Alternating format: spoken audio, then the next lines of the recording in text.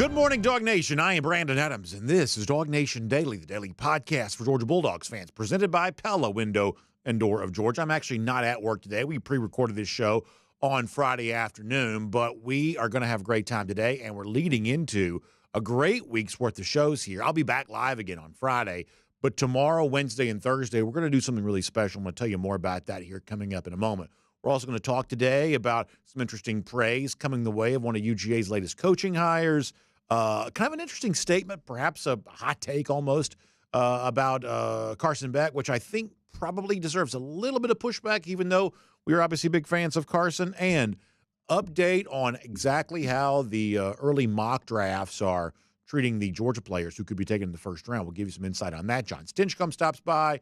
A little bit of news from around the SEC. We'll cover all of that and a change that could be on its way to college football that seemingly nobody's asking for. So we'll tell you all about that. It is all on the way. It's DawgNation Daily, the daily podcast for Georgia Bulldogs fans, presented by Pella Window and Door of Georgia, and it begins right now.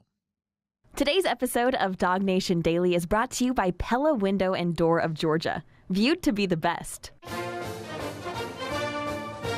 Presented by DawgNation.com. This is DawgNation Daily, the daily podcast for Georgia Bulldogs fans.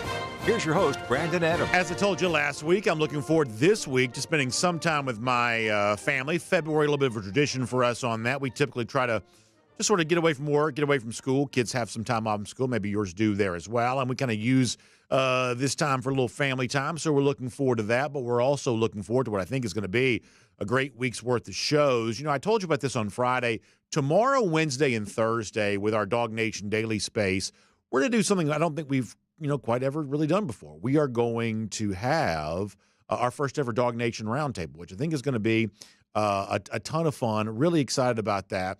Bringing the normal guests that you kind of hear on a regular basis, the Jeff Sentels, the Connor Rileys, the Mike Griffiths, kind of bringing all them together and kind of having a conversation, almost like Cover 4 style. Remember that old show we used to do? Kind of in a Cover 4 style, kind of talking and kicking around some ideas. That's tomorrow, Wednesday, and Thursday. I think you're going to really like that. We're really looking forward to this. Today, a little bit more of a typical DawgNation Daily presented by Pella Window and Door of Georgia. We do have a special guest joining us later on. Kaylee Manziel is back for Kaylee's Corner. We're looking forward to that. But pretty much everything else is kind of as you've come to expect it to be, including John Stinchcomb here in a moment there as well. And I want to begin today, if you don't mind, with this. I'll be honest with you. I had almost like kind of put it out of my mind, even though it was only a few weeks ago. I kind of almost put it out of my mind, the hire that Georgia made when they brought in Travaris Robinson as co-defensive coordinator and safeties coach for UGA. And I think the point that we sort of made at the time was that this was one of those things that kind of demonstrated the overall level of competency for a coach like Kirby Smart, that you want a competent coach. You want a coach who understands how to run an administration. And Georgia's competence, I think, was demonstrated through all of this, and the fact that most of us didn't even really know that Georgia had a need for a co-defensive coordinator and safeties coach. For all we knew, on that one particular weekend, back earlier in the winter, that was Will Muschamp's job, and Muschamp was content to continue doing that. What we found out was later on, okay, that Muschamp wants to step away, and therefore Travaris Robinson, one of the biggest hires that you could make, was going to step in and be the replacement for that. It was a kind of a home run style hire, even though most of us weren't really quite aware that Georgia even had that job open to be hired. And I had reason to kind of think back on this over the course of the weekend a little bit, on the Friday afternoon in which we recorded the show, because that hire of T-Rob is getting a little bit of praise. And I don't know, this kind of caught me off guard a little bit, not to say that I didn't expect it to be well received or get some positive attention. But the other day, 24/7 Sports, the website that you're probably familiar with, maybe familiar with, they were ranking the top 10 coordinator hires of the offseason thus far. And in doing so, they had Chip Kelly going as head coach at UCLA. Ohio State is number one, which we'll have some thoughts on that throughout the week, I guess, and I'm sure as the season gets closer. So Kelly leaves the head coaching ranks to go to Ohio State. That's number one. They actually had T-Rob coming to Georgia as number two on that list. And I don't know. There's so much news around here from time to time. You have a tendency to maybe, kind of fixate for a minute or two on something, just sort of move on to the next thing. I think seeing what 24/7 had sort of said to kind of hype up the T-Rob thing here a little bit this week has kind of caused me to reconsider what it is I like about the Travaris Robinson hire as Georgia's co-defensive coordinator. So before we get into the other stuff of the week, let me read you a little bit of what 24/7 had to say, and then want to talk more about it. Writer says that Kirby Smart wasted no time in swooping Travaris Robinson from the Alabama staff after Nick Saban announced his retirement. Regarded as one of the best defensive back coaches in college football, Robinson will serve as the co-defensive coordinator and safeties coach for Georgia in 2024. He touts 17 years of coaching experience, including 5 as the defensive coordinator at South Carolina from 2016 through 2020. Robinson could essentially be the next defensive coordinator in waiting for the Bulldogs, with Glenn Schumann consistently being listed as a potential head coaching candidate in college football. We think a lot of that's really true. First of all, as we said before, the speed with which Kirby made this happen before we even really knew that Georgia had a need there, you already had T-Rob in place. That demonstrates something about Georgia. It is certainly possible that Robinson could be, I guess, the next defensive coordinator at UGA. We would believe that Glenn Schumann wants to be a head coach.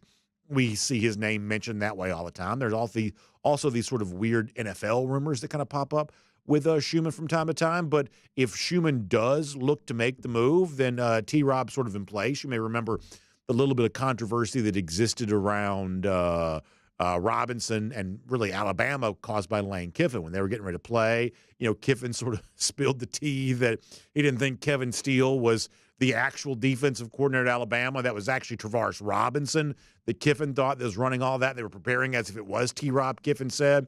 Maybe that was a little bit of an aid to his defensive coordinator, Pete Golding, who perhaps didn't leave Alabama on the best terms, or maybe that was just Kiffin being honest. Either way, at least one coach in the SEC thought that T-Rob was kind of heavily involved in what Alabama was doing a year ago anyway, so he does bring that experience to Georgia. And I think when you see 24/7 saying what it says, well, I think you're kind of reminded of, yeah, this was a really good coaching hire. We sort of treat this as a big deal for recruiting, and it is.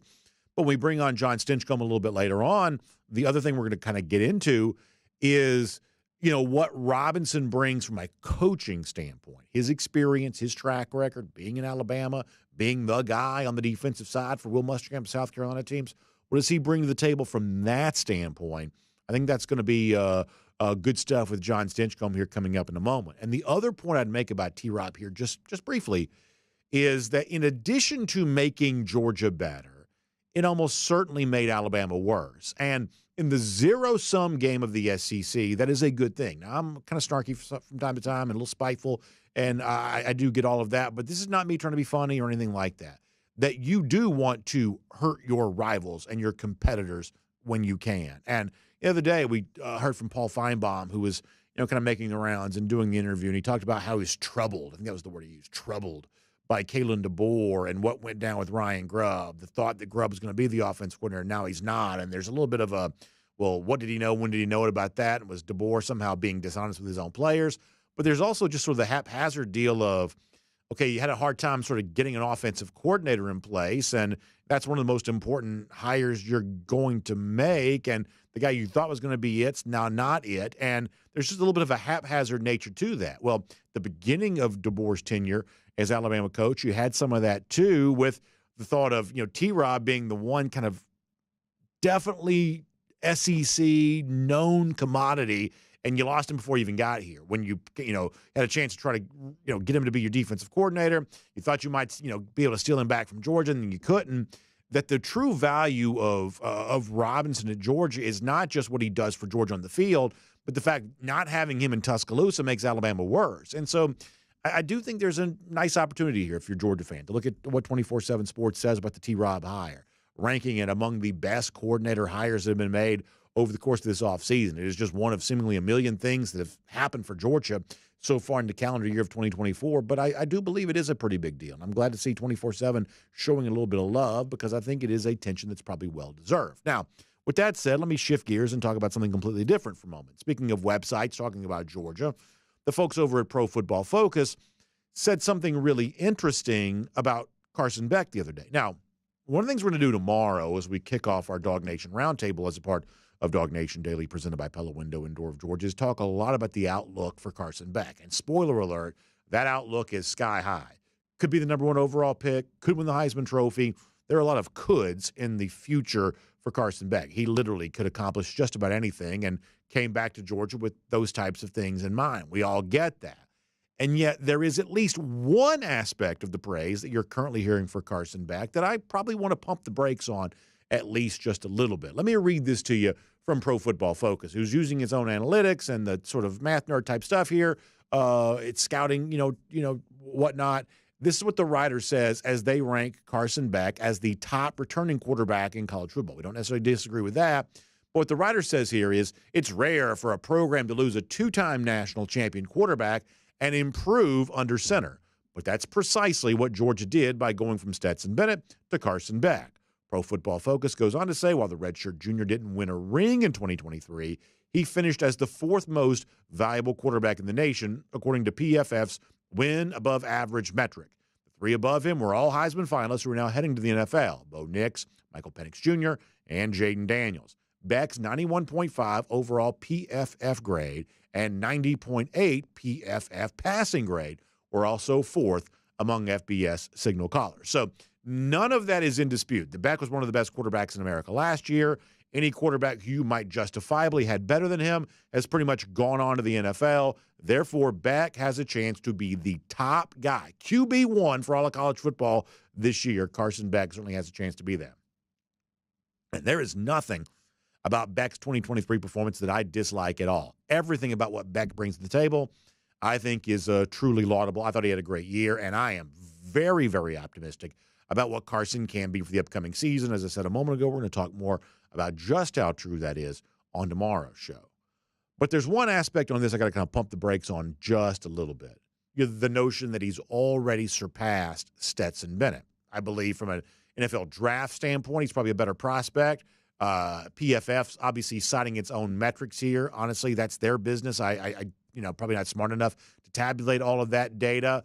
But what my own eyes tell me is there is kind of one final frontier for Beck as a quarterback, something that Stetson Bennett proved to be very good at. And that's being your absolute best and the absolute biggest games you're going to play. I'll give my colleague Jeff Sintel credit for this. I remember Jeff used to talk about the notion of stage games, the kind of games in which when it's all said and done, they take a big tractor and they roll out a stage to the middle of the field and they give out a trophy for an MVP on the stage, on the field after the game. Those significant postseason type games, the SEC championships, the college football playoffs, the national championships, that is where Bennett was typically at his best, and he was typically at his best as those games wore on. The later, the better. Big-time throws in the fourth quarter, big-time throws against top-flight competition, big-time performances in the kinds of games that go down in the record books for UGA in terms of the most significant in this program's history. That's where Carson Beck was at his best. Not to say that I should say that's where Stetson Bennett was at his best. Not to say that Carson Beck, can't be just as good. We don't know that yet. We've only seen one of those type of games for Carson Beck. It was an SEC championship. We don't put that loss on Beck necessarily, but it's certainly not quite the sample size of distinguished play and big-time performances that earned Stetson Bennett the reputation that he had. So draft scouts may say their thing. Pro Football Focus, math nerd types, they may say their thing. But ultimately, quarterback is just a position that's sort of judged by the big plays and the big moments. And for now, Stetson Bennett still has that nod. In fact, for a lot of people, Stetson Bennett is viewed as the best quarterback in Georgia program history. Near the end of his time at Georgia at the conclusion of the 2022 season, Bennett talked about that. The idea that some recognize him as the best who's ever played this position at UGA. Perhaps that's also a moniker that Carson Beck may have for himself when his career is done. This is what Bennett said, though, about that accolade at the conclusion of the 2022 season. There's so many different variables that go in, scheme, players around you. I've been with Monk for 3 years. We brought back pretty much the entire core of our offense from last year, so we were all clicking. So, I don't know. We had a really good offense. It makes me proud, of what I've accomplished when I hear that, because it means I've done some things right, but I don't know if it's accurate or not. We've had Murray. I grew up watching Murray and Stafford and, Shock and Green and who's to say? Those dudes were all, amazing. So let's be clear here. There's certainly nothing to knock about Carson Beck's first year as a starting quarterback for Georgia. It's simply establishing the right measuring stick for how he'll prove himself in 2024. He can be great at PFF's, what do you call it, wins above replacement metric or whatever they're talking about. He can be great in that category, but the thing that matters most is how many touchdowns you throw in an SEC championship. How great of a performance do you have in a college football playoff? Can you bring home another national championship, whether Stetson Bennett did?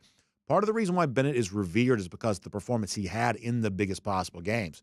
Carson Beck has come back to Georgia for that reason. He told us all in Miami there is a degree of unfinished business that he sees in his future year. That's why he's here, so he can establish for himself the same legacy in big games that Stetson Bennett made famous. And we honestly believe, given the talent that Beck possesses, he'll have a very good chance to do just that. My name's Brandon Adams, and this is DawgNation Daily, the daily podcast for Georgia Bulldogs fans, presented today by Pella Window and Door of Georgia. Glad to have you with us today, no matter how you get to us. We're live on video normally, not quite live today, and then Tuesday, Wednesday, Thursday, similar situation, pre-recorded, but as they used to say on like the old Olympics broadcast, we're plausibly live. So I don't know exactly how that's supposed to go, but I would say that we're pretty close to the real thing. We recorded this on Friday afternoon. We recorded the other shows last week, and they're going to be really, really good, so we'll get to all of that. And, of course, a big thanks to our friends at Pella Window and Door of Georgia who make it all happen for us here today. Energy-efficient windows and doors, that is what Pella Window and Door of Georgia is all about, making your home feel good on the inside, cozy and warm when it's cold outside, that draft, that dreary, sometimes it gets rainy and cold and the wind's whipping around. You want to keep all that junk on the outside. You don't want to feel that draft on the inside of your house. Well, the Pella windows, the Pella doors prevent that from happening. It's time for you to go check this out for yourself. Stop by, then see them. They're experiencing it right there in Duluth. You can put your hands on the product and feel what makes it better, the substantial just construction of it all. And you just can really recognize that this really is the best possible collection of windows and the best possible entry doors you could possibly put there on your home. It's the best way to take care of what's probably the most important asset, and that is your own home. It looks better on the outside, great curb appeal, obviously can positively benefit your resale value, and you got to know the drill with all of this by now. Pella Window and Door of Georgia, we say they're viewed to be the best. And between now and the end of the month, February 29th, you can take advantage of a great offer. 10% off Pella projects and 0% APR for 36 months. Here's what I want you to do. I want you to visit the website, pellaofga.com/DawgNation. That's pellaofga.com/DawgNation. You can also give them a call, 678-638-1429. That's 678-638-1429. Just do me a huge favor. Tell them that BA from DawgNation Daily sent you to them and that I said they'd take good care of you, because I know they will.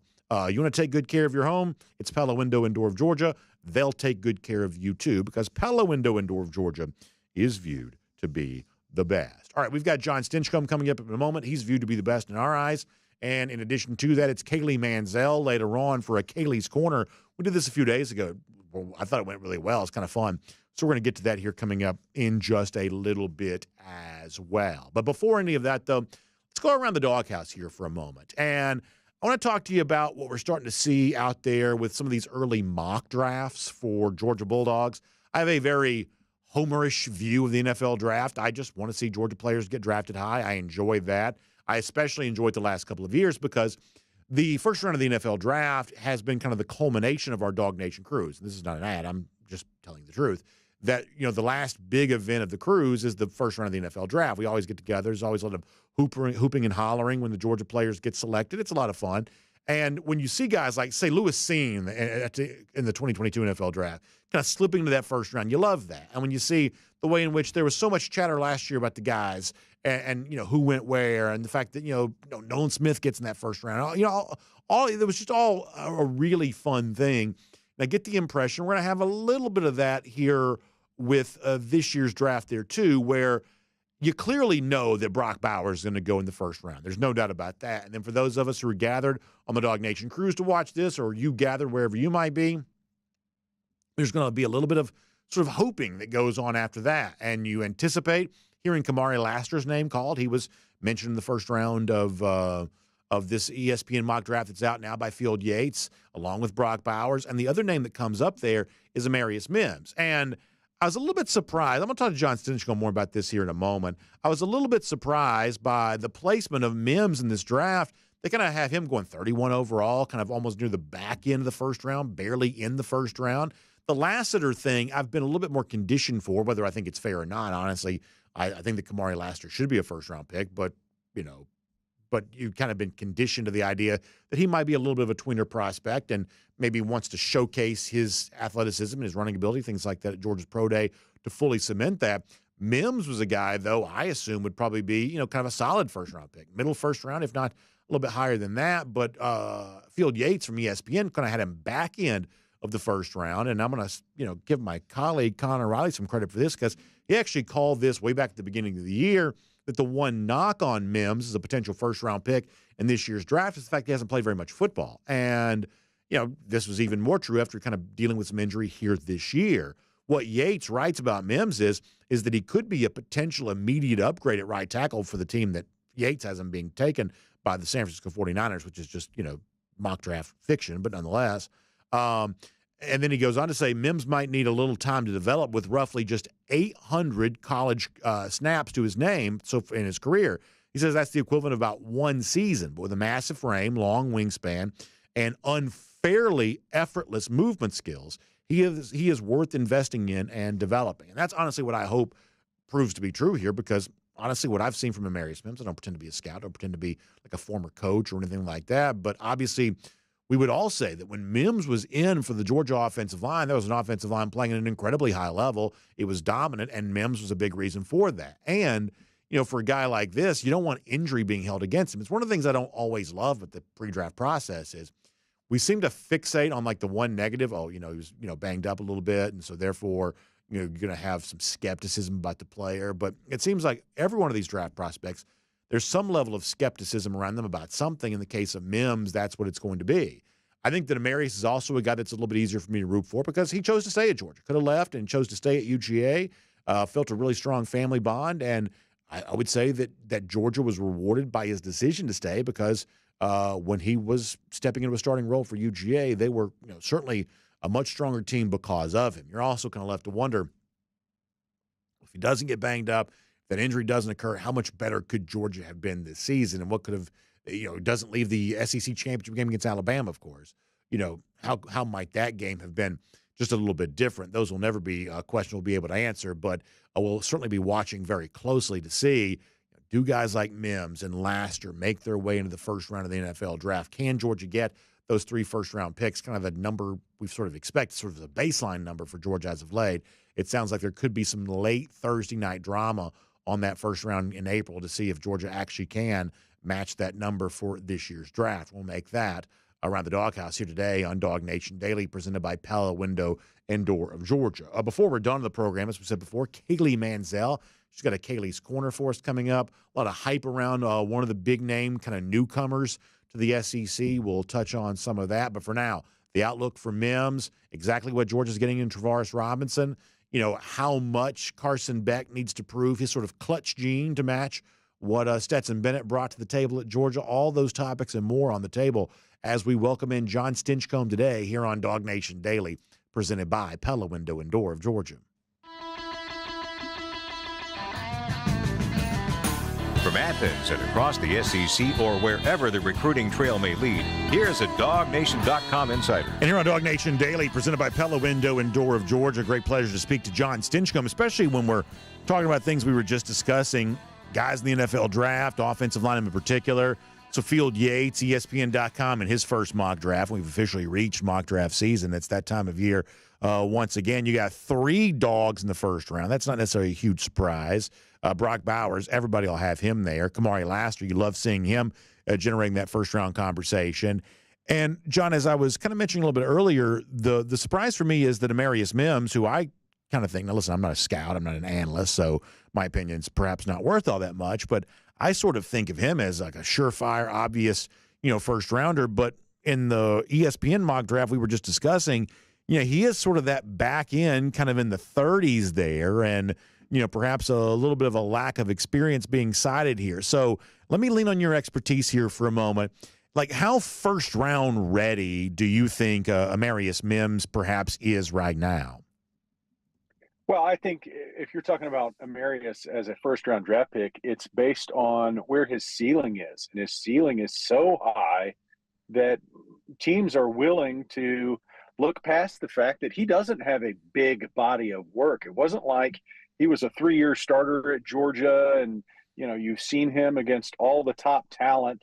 This past year, the brief time that we've got to see him, he was elite. And I think that's what makes him a first rounder. The downside is when you're looking at first round guys is there's just such a lack of experience. You don't have that pedigree that we've seen from other players. Now, I think a similar case was made for Broderick this time last year. Yeah. You're going, I like the upside, but we just haven't seen a lot of them. And Amarius falls in that same boat with a broader skill set. I mean, he's a bigger man. You can't coach a kid to be the size that Amarius is and still be able to move the way he does. This may be a dumb question, but when you talk about, not you, but when someone were to talk about Amarius Mims' lack of experience, is this about, okay, he hasn't played enough, so therefore he's not as trained as he could be to go be successful? Or is this he hasn't played all that much, and so therefore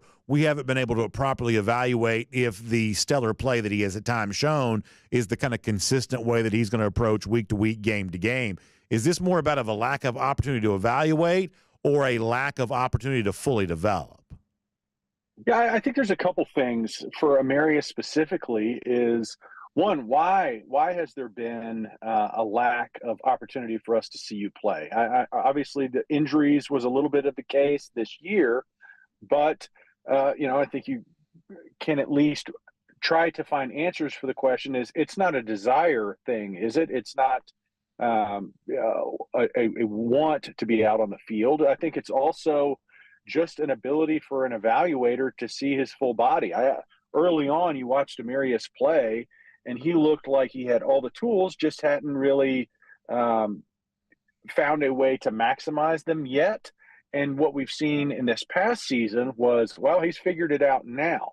The only issue is it was just a handful of games. So as a scout, as an evaluator, if you're presenting a player, when you talk to the rest of the coaches and everyone in that evaluation room, it's going to be, here's what we know about this player. And for Amarius, his ceiling is super high. It won't take long for you to say he's got a skill set athletically and physically that is unmatched. Now, we need to answer some of these questions, and I'm sure that that's what they're working with. They're talking to Stacy and they're talking to Kirby and finding out what's behind the scenes, what they're getting from him. And what we know, at least we think we know, is that he would be a solid addition to any locker room. It's not like he's been, a me first guy and you have these questions, you're going, I just don't know, what his motives were at times. I think it's more of just these evaluators are trying to figure out exactly what they're getting. When you take, a first-round pick is a high commodity, and you've seen in years past a number of folks that miss, and you just have to do your due diligence to make sure that you're not one of those teams that misses out on an opportunity to get a player that could really change the trajectory of your program. We were making a point about Carson Beck a little earlier, about, kind of how like a website like Pro Football Focus views him here at the moment. We're going to talk about Beck actually a pretty good bit here this week. And obviously I think the sky's the limit for Carson, and I really like a lot of what I saw from him in 2023. But I would stop short of saying what like the analytics side is saying here of, well, based on their metrics, Beck has already surpassed his predecessor at Georgia, Stetson Bennett. In one line of thinking, that's probably a pretty easy case to make. But, John, I think there's a lot of what Bennett brought to the table for Georgia that can't necessarily be measured by stats. And I do think this is important for Carson. When we have the discussion of this is a guy that could be not just a first-round pick, he could be number one overall. This is a guy who could be not just a Heisman finalist the way that Stetson Bennett was. He could actually win the award for the first time for a Georgia player since Herschel Walker did that in 1982. That, every conceivable level of achievement is there for Carson Beck for the upcoming season. But I believe in order to fully unlock all of that potential, John, I do believe that Carson needs to show a little bit of what Stetson Bennett showed, which was that penchant for making big plays in big games. I know that clutch can be sort of an overused word in sports conversations like the one that we're having, but gosh, John, Stetson was clutch. He just took his level of play to a different place in the games that mattered most. And I'm not saying that Carson didn't do that in 2023. We really only saw the one opportunity.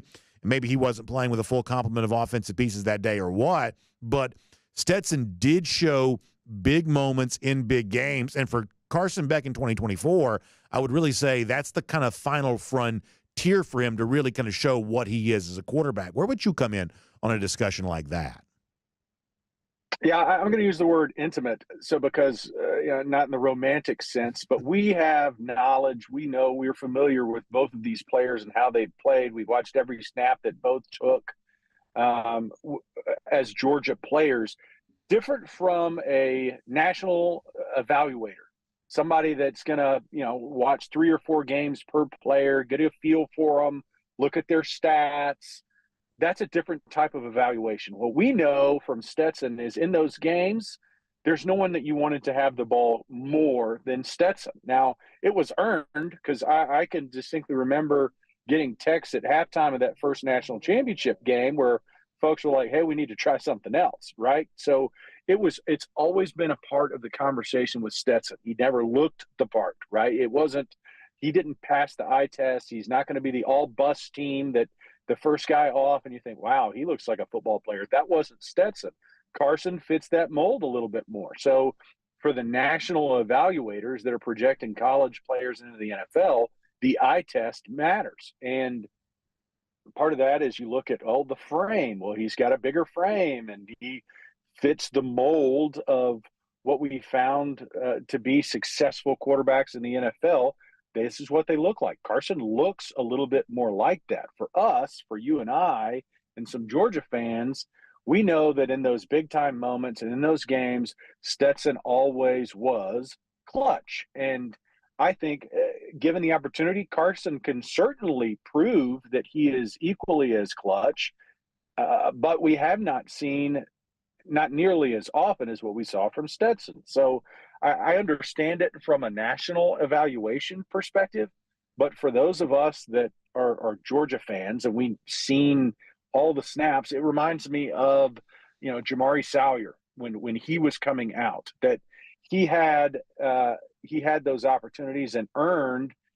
For us, we knew that he was going to be should be a great player at the next level. And, he goes to the Chargers and was a cornerstone for them, a fixture across that offensive line. So, it's one of those situations where I think because we're so familiar with the program and these players, we may see things a little bit differently than some of the national evaluators. Let me do a follow-up on this because in your college career, you play with a guy like David Green, who's one of the most prolific winners in college football history in the NFL. You play with Drew Brees, who I think will be remembered as one of the all-time greats. So you know what high-level quarterback play looks like at each of the levels that you played at.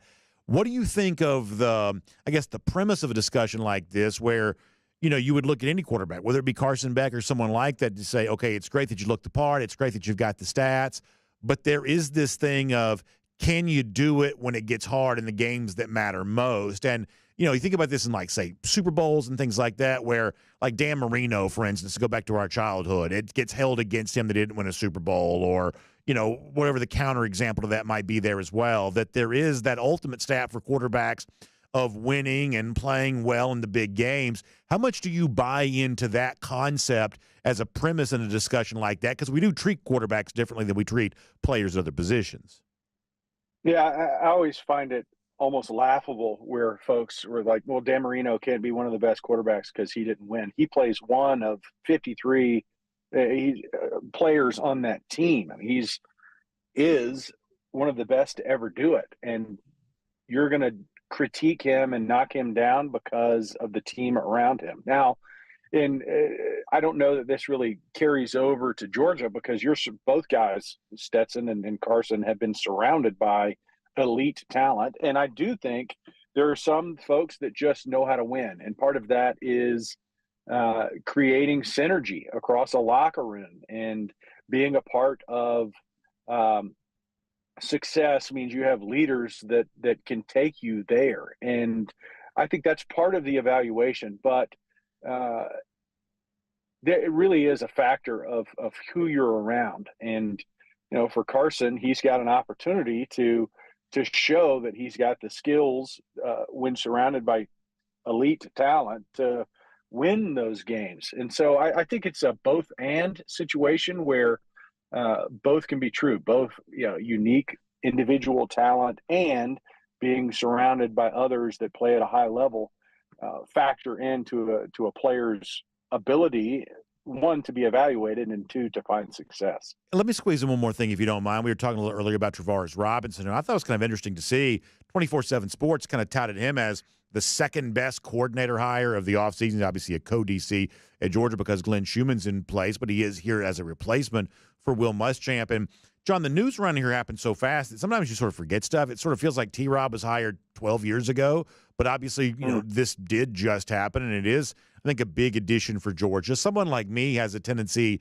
to view stuff like this through the lens of, the relationships, the recruiting chops, the players that you can bring in. And I do believe that's obviously a big part of what a guy like that is here to do. But I am also curious to sort of to hear from you. What would you like to see a guy like T-Rob provide in the coaching part of this, the on-field development part of this, working with those safeties, having a voice in the defensive game planning overall? What kind of role could you see a guy like that playing in the actual just sort of on-field defensive coaching aspect of all this?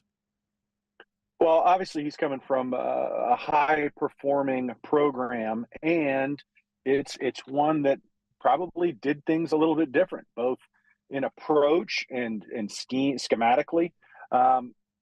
So I think it's good to have new, fresh voices that haven't been in the same echo chambers. I think no matter where you're at in life, if you have folks that are performing at a high level and can, challenge you, make you see things differently, at least be able to explain why you're doing things the way you are, and possibly add new ways to do it, or, there's always different paths to get to that same location. So I think what it could look like for this defense is just a fresh voice. We've seen that in the past, just with other coaches that have been around, and even those that have left Georgia, spent time in other programs, and they come back with fresh ideas and fresh approaches. It's a good thing. It's a healthy mix of, so we want continuity. We like the fact that, it's not learning an entirely new system, but if there's someone that can come in, has done it at a high level, and challenge us in ways either to refine what we're doing already or offer a new approach, that's good for everyone. And obviously he, his chops as a recruiter have been well recognized, but I think the opportunity for him to express as a coach what this defense can do is something that Georgia fans should be really excited about. John, I love the conversation. I'm glad we're able to have that. I certainly appreciate your opinions and all this. And by the way, kind enough to join us even when we're not live here today. Always such a fresh perspective on Georgia football. We appreciate that. I hope you have a great week, and we'll look forward to talking to you again here soon on DawgNation Daily, presented by Pella Window and Door of Georgia. Always enjoy it, BA. Go Dogs. Yes, sir. Let's take a look around the rest of the league. This is SEC Through. Really, really good stuff from John Stinchcomb. Love his insight on all those topics, including, obviously, when you have a chance to talk about Amarius Mims, what he could be for the NFL draft. Someone like John Stinchcomb knows that so well. That is really valuable information that John is able to provide us. We're not done with great guests in today's show. Coming up in a moment, we'll turn the tables. Normally it's me who asks the questions around here, but we'll give Kaylee Manziel the keys to the vehicle and let her drive for a while and let her ask me questions, a part of Kaylee's Corner. This is something we did a couple weeks ago. We enjoyed it. We're going to try to make this a little bit more of a reoccurring theme and thing here around DawgNation Daily, presented by Pella Window and Door of Georgia. We'll do that here coming up in a moment. Prior to that, though, let's go cruising around the SEC, courtesy of Royal Caribbean. Let's get you ready for the DawgNation cruise coming up in April. With me taking time off here this week, it is a reminder that, hey, we're not too far away from that DawgNation cruise. Coming up April, leaving Port Canaveral, going to Perfect Day, Coco Cay, going to Nassau in the Bahamas. What an experience that's going to be. Jessica Slater, of course, great travel agent who helps us plan it all. We said, listen, we're going to do a DawgNation cruise. We need a travel agent we can trust. Royal Caribbean says, well, you can trust Jessica Slater. And so she is your ticket to get to Perfect Day, Coco Cay, and all of the things that are special about a Royal Caribbean cruise vacation. On board Allure of the Seas, it's a DawgNation cruise bigger and better than it's ever been before because it's our first time being on an Oasis-class ship, one of the largest class of cruise ships at sea, and a wonderful, unbelievable experience, especially restaurants, bars, and lounges, going to Perfect Day Coco Cay, and even more of those specially themed DawgNation events. You love those. We're doing more of those this time around just because, hey, you got to step up your game. Another year of the DawgNation cruise, make it bigger and it's better than it ever before. And obviously, hundreds of you already planning on joining us. And we still got room for a little bit more there as well, and a little bit of time to get you there, but you got to act right now on all of that. So please give Jessica a call, 770-718-9147. That's 770-718-9147. You can also email her, jslater@dreamvacations.com, and you can find the website, royaldogs.com, and you can learn all about that. All right, before we go and get Kaylee Manziel as a part of Kaylee's Corner, let's cruise around the SEC, courtesy of Royal Caribbean here for a moment. But the Tom Fornelli, CBS Sports, had an interesting article the other day about Nico Iamaleava, the new quarterback at Tennessee, and the hype that's building around him, the fact that really it's Nico at the center of a lot of the NCAA investigation, the stuff like that that's going on. Probably no fault of Nico's necessarily. He just was the guy that allegedly got the NIL payments and all that kind of stuff that sort of generated the conversation. But Tom Fornelli, the writer, wanted to look to see, okay, what about Iamaleava as the player? And what Tom writes at CBSSports.com is, long story short, there's reason to be excited if you're a Tennessee fan. The talent was obvious, even if the game plan was expectedly simplified. He means in the bowl game against Iowa. Still, Iamaleava made his first career start against an Iowa defense that thrived on confusing quarterbacks and forcing turnovers for years. There were mistakes and missed opportunities, but Iamaleava didn't turn the ball over and showed the kind of playmaking ability that can help win games. I'll be honest about this. I think we're going to talk more about this with our DawgNation Roundtable throughout the week, at least in one of our conversations. I have no problem with Tennessee fans being excited about Nico. I think the bowl performance was enough to justify that. You know, every team kind of has something they want to sell over the course of the offseason, and for Tennessee, their reason for selling optimism is what Nico can be a quarterback, certainly better than what Joe Milton was. I didn't think the bowl performance was great. I thought he was much better on the ground with his legs than he was through the air with his arm.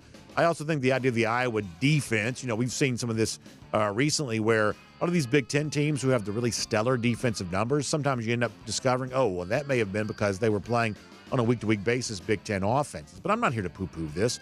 I think that Nico certainly has reason to give Tennessee fans optimism. I don't think everything that Tom Fornelli says here is misplaced, but I do believe demonstrating that you can be look, the bottom line is that Hendon Hooker was actually pretty good in 2022, and you can say what you want to about Joe Milton, or you can say what you want to about, you know, a lot of the things related to Tennessee, but Hooker, when healthy, had a very, very good season. And I think the issue is, can Josh Heupel replicate that with someone like Nico Iamaleava? And if he can, then how come we didn't hear more about Nico during the season when perhaps he had a chance to get more of experience, so the bowl game didn't feel like quite such a small sample size?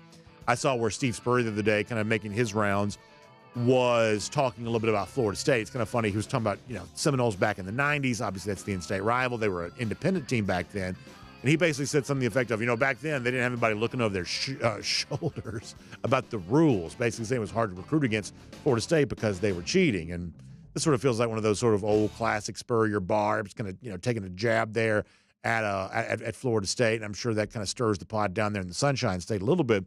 It's also, for me, a reminder of this, though, is that it's still, even after all these years, well removed from his coaching career, and frankly kind of removed from, you know, you don't see as much of Spurrier in public maybe as you once did. But even with that, it's still very easy for a Spurrier line to go viral. It's got a big personality that gets a lot of attention.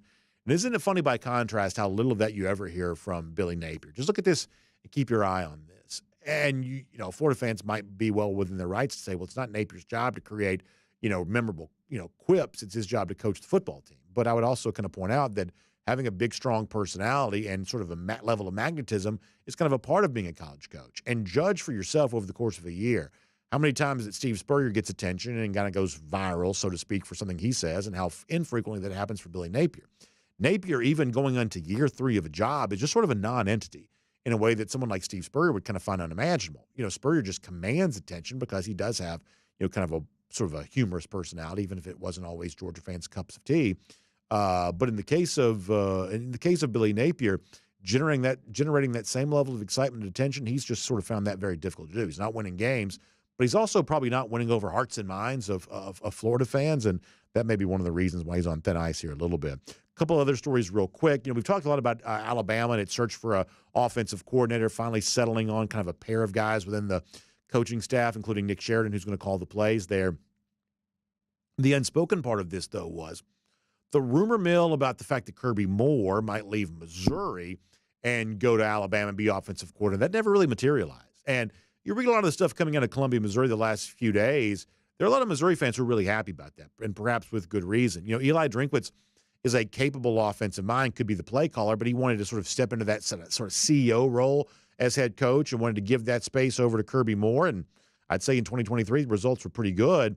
And anytime you can kind of hold on to your offensive coordinator, especially if you're Missouri and you can prevent getting poached by Alabama, no matter what the real story behind the scene was, you probably feel like you've sort of done something. And in the case of Missouri, I sounds like based on some of the stuff you're reading, they are pretty happy to have held on to Kirby Moore. And they do feel like that can be one of the reasons why their over-under win total from FanDuel right now is at 9.5. This is a team that has some legitimate playoff expectations and a chance to kind of match its top 10 status from 2023, kind of doing that in back-to-back years. And holding on to Kirby Moore right now is one of those things that it's being kind of treated as a little bit of a big deal up there in Como. And I just want to take a minute to mention that. And then I'll also mention this in closing for our SEC through here.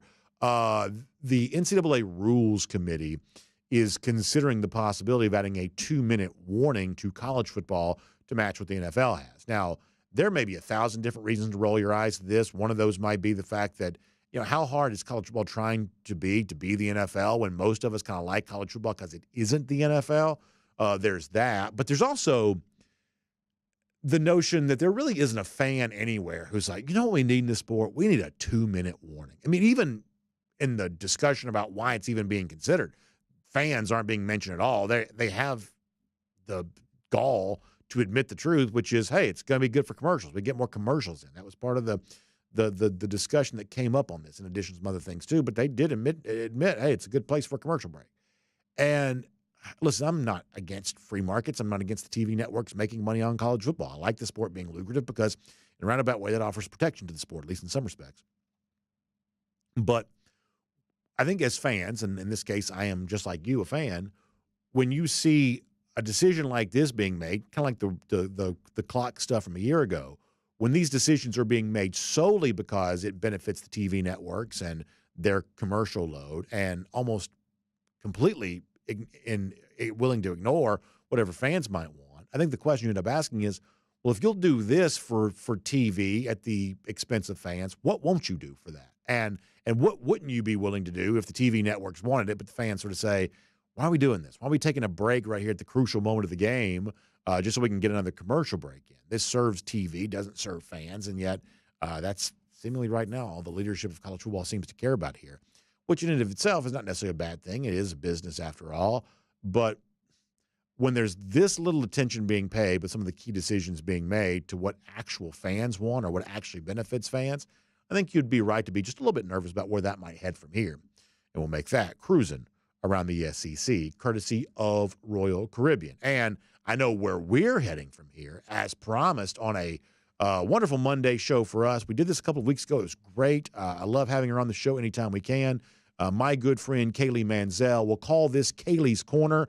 Kaylee, I don't give up control of my show very easily, but for someone like you, I do certainly have great and total trust. You get a chance to ask me questions. I have no idea what you're going to ask. This is totally unscripted, as everything else is, but a great way for us to close it out here, just to make things fun on a Monday. So, Kaylee, with that said, the floor is yours for today.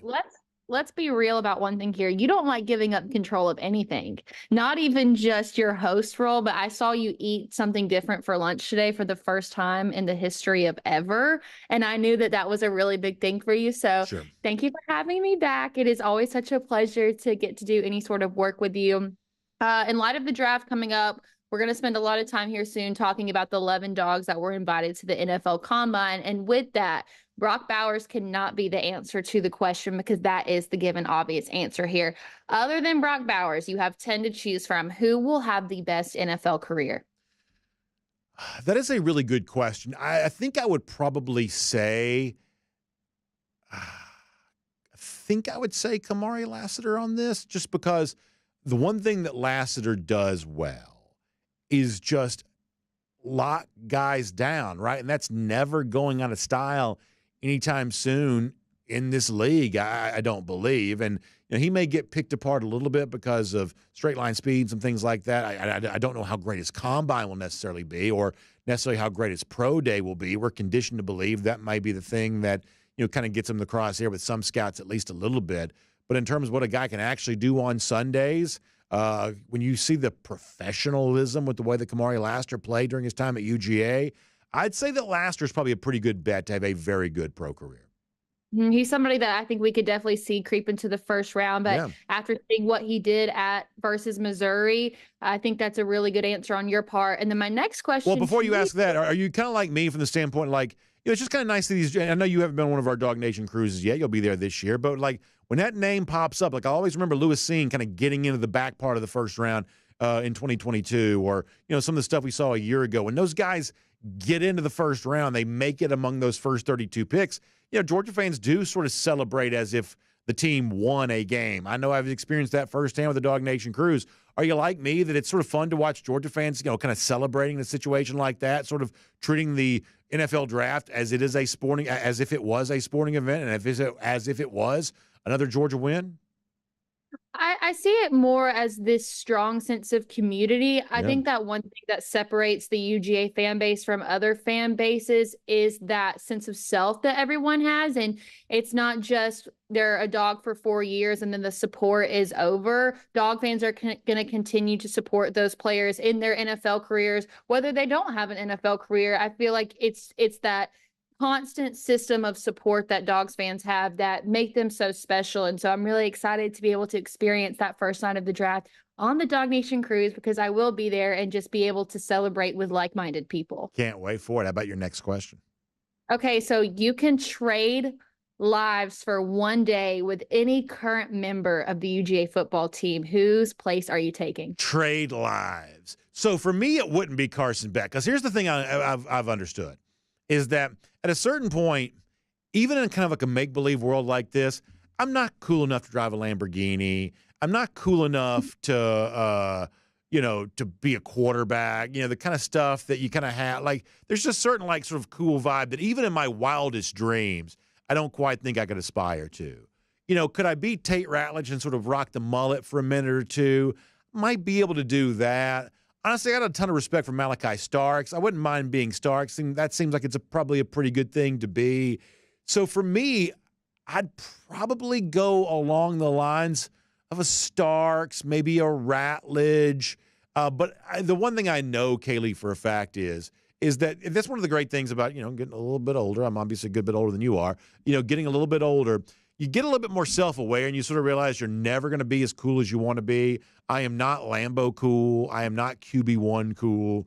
I am just not cool that way. And so therefore, sort of giving up any aspirations of being that way, even in my dreams, I'd say that's probably a pretty good place to be in life when you finally just sort of let go of all that.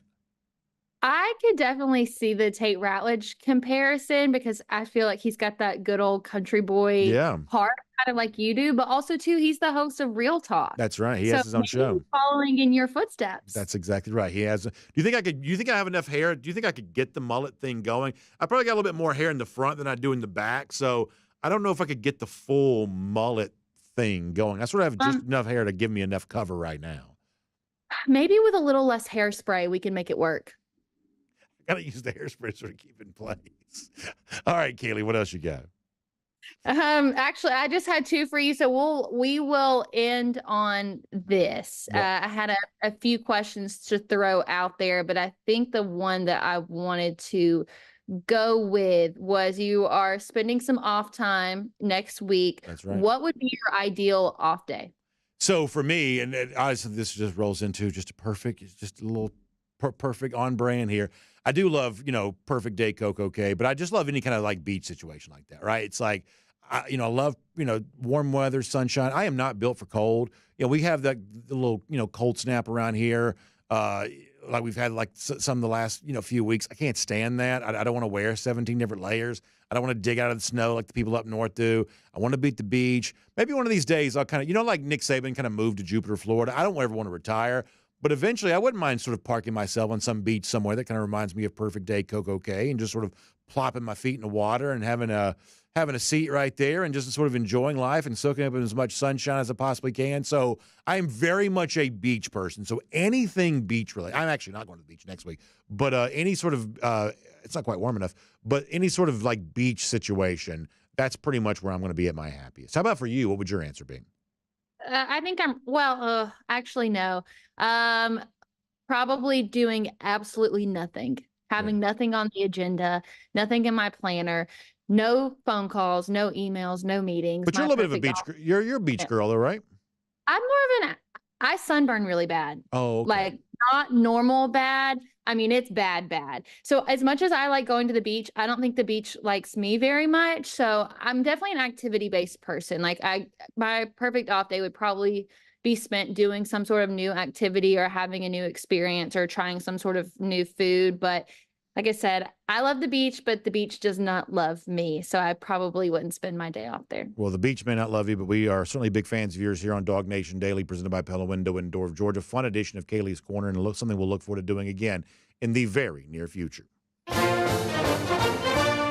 Speaking of fun, Golden Shoe today. A lot of you sent this to me. Our friends over at the UGA Barstool account had this.